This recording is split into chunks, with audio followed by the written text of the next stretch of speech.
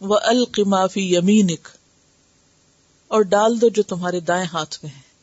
کیونکہ اللہ تعالیٰ نے موسیٰ علیہ السلام کو اپنے کام کا بنایا تھا نا، اور اس وقت بھی بات کا آغاز کہاں سے کیا تھا؟ مَا تِلْكَ بِيَمِينِكَ يَا موسیٰ. کیونکہ اللہ تعالیٰ کو معلوم تھا کہ یہی جو دائیں ہاتھ میں چیز ہے کل موسیٰ علیہ السلام کے لیے کامیابی کا ایک زینہ بنے گی. تو اس وقت بھی کیا کہا تھا؟ مَا تِلْكَ بِيَمِينِكَ يَا موسیٰ. کیا کہا تھا اللہ تعالیٰ نے؟ مَا تِلْكَ بِيَمِينِكَ يَا موسیٰ.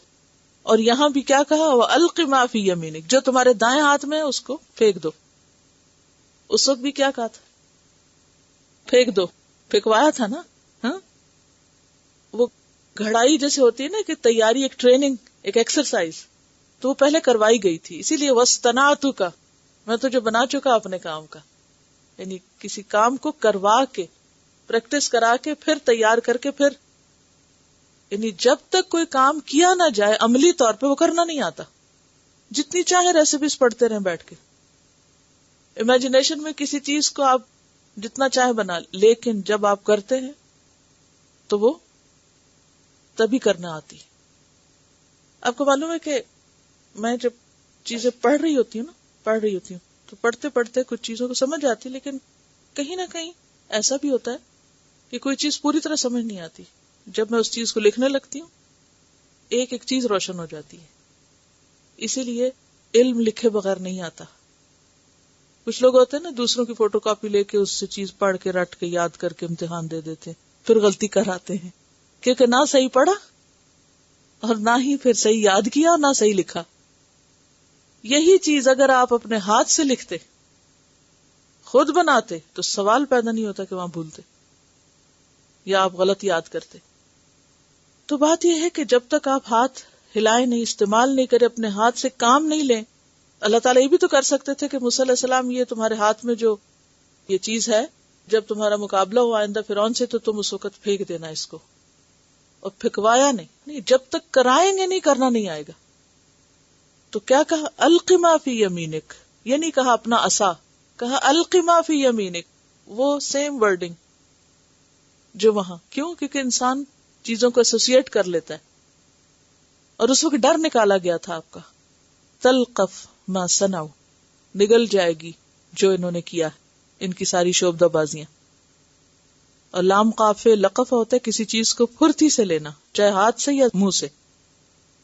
منہ سے لے تو ہڑپ کرنے کے معنوں میں، اور ہاتھ سے لے تو اچک لینے کے معنوں میں. لقف کا کیا معنی؟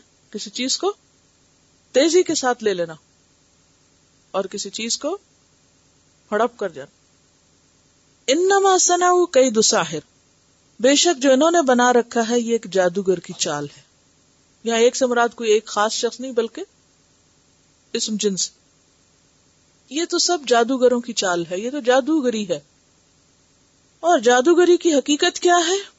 وَلَا يُفْلِحُ السَّاحِرُ حَيْثُ أَتَى، اور نہیں کامیاب ہوتا جادوگر جہاں سے بھی آئے. حیث اتا، یہ آیت اتنی زبردست ہے کہ ہر اس شخص کا خوف نکال دینے والی جو جادو کے وہم سے ڈر ڈر کے مرتے ہیں اور مر مر کے ڈرتے ہیں. فلاں نے جادو کر دیا اور وہ جادو کر دے گا تو پتہ نہیں کیا ہو جائے گا، اور اس چیز میں کچھ نہ ہو اور وہاں کچھ نہ ہو. بات یہ ہے کہ اللہ کے کلام کے مقابلے میں جادو کی کوئی حیثیت نہیں، اور جادوگر کہیں بھی کامیاب نہیں ہوتا. یعنی دنیا میں بھی وقتی طور پر کسی کو تھوڑا بہت ستا سکتا ہے، لیکن جادوگروں کے ہاتھ میں کسی کی تقدیر نہیں، نہ اچھی نہ بری. اور آخرت میں بھی جادوگر کامیاب نہیں ہوگا. پیچھے آپ پڑھ چکے ہیں جادو کے بارے میں، ہاروت و ماروت کے قصے میں. اب دیکھیے کہ جادو کیا ہے؟ کبیرہ گناہ، کفر. جادو کیا ہے؟ کفر. اور پھر ایسا کرنے والا دنیا میں کیا حکم ہے؟ اسے قتل کر دیا جائے. اور آخرت کے بارے میں کیا حکم ہے؟ کہ وہ کامیاب نہیں ہو سکتا، نقصان اٹھائے گا. تو حیث عطا جو ہے یہ بہت جامع لفظ ہے. نہ دنیا میں کامیاب ہوگا کہ جس مقصد کے لیے وہ کر رہا ہے وہ بھی نہیں پورا ہوگا، اور نہ ہی آخرت میں کامیاب ہو سکتا ہے. تو یہ تو ہے کرنے والے کے بارے میں حکم.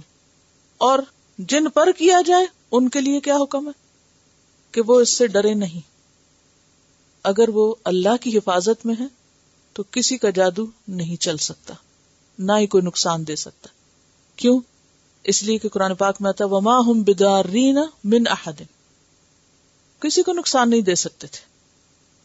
اور کرنے والے اور سیکھنے والے یعنی جادوگر وَيَتَعَلَّمُونَ مَا يَضُرُّهُمْ وَلَا يَنْفَعُهُمْ، وہ کیا سیکھتے ہیں جو ان کے لیے نقصان کا باعث ہے اور ان کو فائدہ نہیں دیتا. اور ہوا بھی کیا، جب موسیٰ علیہ السلام کے سامنے وہ سب کچھ ختم ہو کے رہ گیا.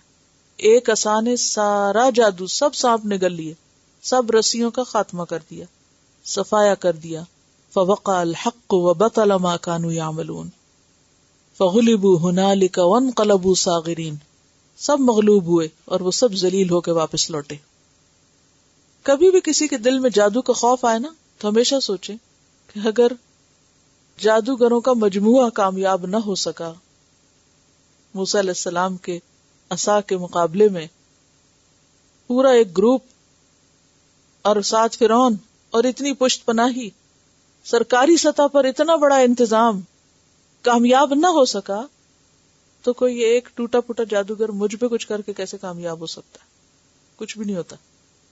کبھی وہم نہ لایا کریں جادو کا، کیونکہ عورتوں میں اکثر یہ بہت خوف پایا جاتا ہے. ذرا سی بیماری ہوئی لگتا کسی نے کچھ کر دیا ہے، کسی کام میں تاخیر ہوئی لگتا کوئی اثر ہو گیا ہے. کچھ اثر نہیں ہوتا اگر آپ اللہ سے مدد مانگتے رہیں اور قرآن کے ساتھ اپنا مضبوط تعلق رکھیں، کچھ نہیں کوئی کر سکتا. اور یہ بھی یاد رکھیں کہ بعض لوگوں کو یہ بھی نہیں پتا ہوتا کہ جادو ہوتا کیا ہے، اور وہ ایسے کام شروع کر دیتے ہیں جو جادو میں شمار ہوتے ہیں. یعنی جادوگر کے لیے کوئی ڈگری نہیں چاہیے ہوتی، یا کوئی خاص اس کا کوئی عہدہ نہیں ہے، یا کوئی اسٹیٹس نہیں ہے جادوگر ہونا. کوئی بھی شخص جادوگر ہو سکتا ہے اگر کوئی بھی کام وہ جادو والا کرتا ہے. مثلاً آپ صلی اللہ علیہ وسلم کے زمانے میں صحابہ کرام کہتے ہیں کہ ہم دھاگے میں گرہ لگانے کو جادو شمار کرتے تھے. اور آج کل آپ دیکھیں کہ لوگ ایک دوسرے کو بیٹھ کے مشورے دے رہے ہوتے ہیں، فلاں کام کرنا نا یہ پڑھ کے گرہ لگا دو، دیکھنا یہ ہو جائے گا. فلاں چیز پڑھ کے تالا لگا کے پانی میں پھینک دو، فلاں کر کے یہ کر کے وہ کر دو، فلاں جگہ سوئی ڈال دو، فلاں جگہ یہ کرو. یہ سب جادو کے کام ہیں اور یہ سب ایمان کو برباد کرنے والے کام ہیں. کوئی ایسی حرکت کسی کے مشورے پر اور دنیا کی کسی چیز کے لیے نہیں کرنی چاہیے. کیونکہ یہ اس لیے میں بتا رہی ہوں کہ بعض لوگ بالکل ایک لا علمی اور ناسمجھی میں اس طرح کی چیزیں دوسروں کے مشورے سے ٹوٹکے سمجھ کے کرتے رہتے ہیں. یہ ٹوٹکے جادو میں پھر شمار ہوتے ہیں اور اس سے ایمان جاتا ہے، آخرت برباد ہوتی ہے. کیونکہ ولا یفلح الساحر حیث اتی، کبھی کامیابی نہیں ہو سکتی. سارا ایمان اور دین جو ہے ہر چیز برباد ہو کے رہ جاتی ہے. وہ ایک الگ مسئلہ ہے کہ گلے میں قرآن ڈال کے پھرنا چاہیے یا نہیں، لیکن وہ جادو میں نہیں آتا کیونکہ وہ تو قرآن مجید ہے. جادو میں آتا ہے کوئی بھی کلام پڑھ کے اس طرح کے ٹوٹکے کرنا کہ کہیں گرہ لگانا اور کہیں سوئیاں لگانا اور کہیں کچھ ٹھوک دینا، اور اس قسم کے کام آتے ہیں. یہ ایسے ہی ہے جیسے وائرس پھیلا ہوا ہے آج کل، اور بہت سارے لوگوں کو اپنی زد میں وقتی طور پر لیے ہوئے ہے، لیکن اس کا یہ مطلب نہیں کہ سب کو لگ جائے گا. یعنی جس کے لیے اللہ کا اذن ہوگا. بیماری تو پھیلی ہوئی ہے لیکن اس میں بھی انسان کو ڈرنا نہیں چاہیے. بعض لوگ کسی کو بھی فلو میں دیکھ لیتے ہیں، کچھ تو کمزور پڑ جاتے ہیں، ڈرنے لگتے ہیں، بس اس کو تو مجھے بھی لگا ہی لگا. اور کیا ہوتا ہے، کیچ کر جاتے ہیں. کوئی وامٹ کر رہا ہو تو اس کو دیکھ کے دل کچا کر کے وہ خود بھی وامٹ کرنا شروع کر دیتے ہیں. تو وہ کیا ہوتا ہے کہ جب انسان کا اندر کمزور پڑتا ہے تو وہ دوسری چیزیں بھی خوب اٹیک کرتی ہیں. ٹھیک ہے انسان کے ساتھ ہی کمی بیشی ہے، لیکن میکسیمم انسان اللہ کی مدد سے کوشش کرے، یقین اپنا پختہ کرے کہ اللہ کا اذن نہ تو کچھ بھی مجھے نہیں ہوتا. اور دعائیں بسم اللہ الذی لا یضر مع اسمہ شیء فی الارض ولا فی السماء وہو السمیع العلیم. اور ایسے کلمات پڑھ کر اپنے آپ کو اللہ کی پناہ میں دے کہ ان چیزوں کے خوف سے نکلے، کیونکہ خوف انسان کا دشمن ہے. خوف سے انسان کمزور ہو جاتا ہے اور جو کرنا چاہے کر نہیں سکتے. اگر کسی کا کانفیڈنس ختم ہو جائے تو بڑی سے بڑی قابلیت اس کی جو ہے وہ دھری کی دھری رہ جاتی ہے. انسان زندگی میں کوئی پازیٹیو رول پلے نہیں کر سکتا اگر وہ خوف کا شکار ہو.